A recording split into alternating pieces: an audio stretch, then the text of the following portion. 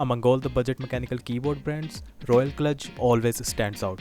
And the RK65 has been on my radar for a very long time. Many of you requested it, so today we are finally reviewing RK R65 to see if it really lives up to the hype. Hey, I'm Santa and welcome to the channel where I try to review products with real facts without sugarcoating and marketing hype. Just honest reviews you can actually trust.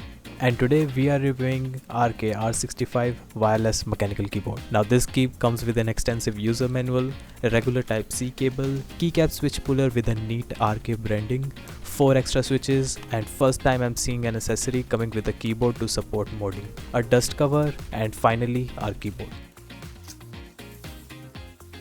I love this keyboard theme. It looks really clean, among the best themed keyboard straight out of the box. It supports tri-mode connectivity with controls on top with a magnetic USB dongle storage and a very neat looking back as well, with flippy feet and rubber grip and a metal decorative plate with standard info. And there's almost no flex on the top but a very slight flex at the bottom due to slim design. It's a full plastic body but feels quite sturdy and I'm not disappointed. Now I usually go through the product page before I turn the keyboard on, but I'm going to skip that for now cause information on the website is pretty inaccurate and we'll discuss this at the end. Now let's turn on the keyboard to look at some of the RGB and it's pretty good.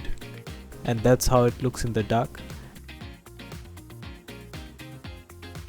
And for the RGB comparison, I'm using YCAP WK68 and it looks pretty good.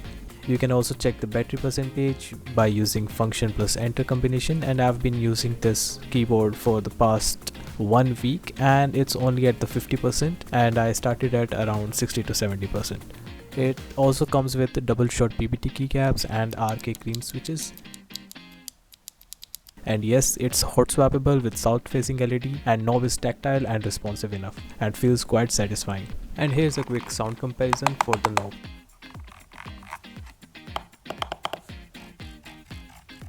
Now before I take apart this keyboard, here's a quick sound test.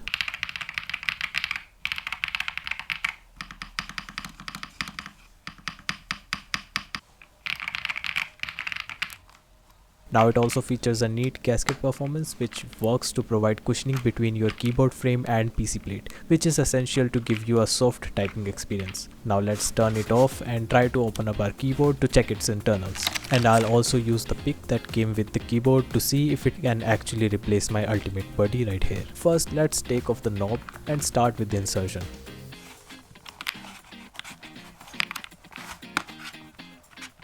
Now the pick that came with the box is okay for making the entry, but unlocking the locks is a different story. It can work for the sides of frame which are slim, but not enough to open up the entire keyboard on its own. Now gently lift off the frame and carefully unplug the wire. We also see 2 more connected wires at the bottom of our PCB, so let's unplug those as well. Just a quick side note, when taking out the battery wire, make sure you pull the cable a little in the upward direction because the wire gets blocked by these capacitors and make it a bit difficult to simply slide the cable. Now starting with the bottom, we have our 3750 mAh battery and a decent silicone layer, and they also cover the pockets with a thin layer which is also really good to give a proper separation. And the PCB foam is also really good with minimal cutouts and proper density. And then our beautiful PCB plate which looks really pretty, and these are the gaskets.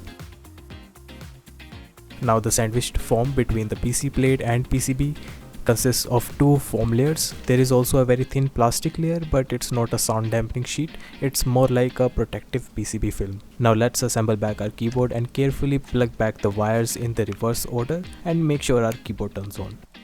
Now let's align everything and give a special attention to this toggle switch part. It's very thin and can break easily if you don't pay enough attention towards the alignment.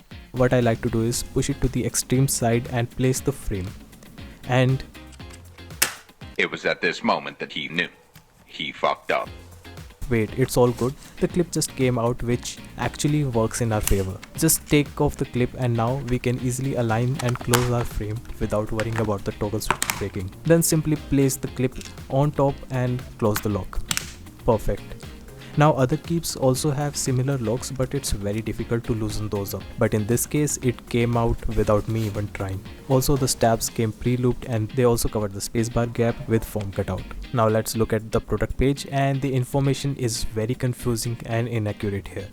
So there are two variants of RK-R65. One is an old model which is wired, comes with MTA profile keycaps and have a north facing LED. But this one is more of a refreshed or upgraded model with south facing LED, double short cherry profile PBT keycaps and tri-mode connectivity. Rest everything remains the same, and it got 4 layers of sound dampenings, which we also saw during this assembly.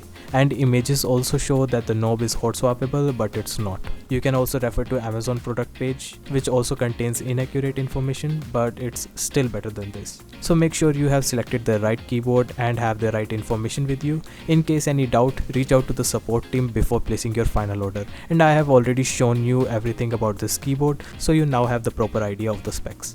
Now one thing I noticed in this keyboard is that the base is a bit lifted and can see a wide gap at the bottom, which can be a little annoying depending on your viewing angle, but definitely not the deal breaker.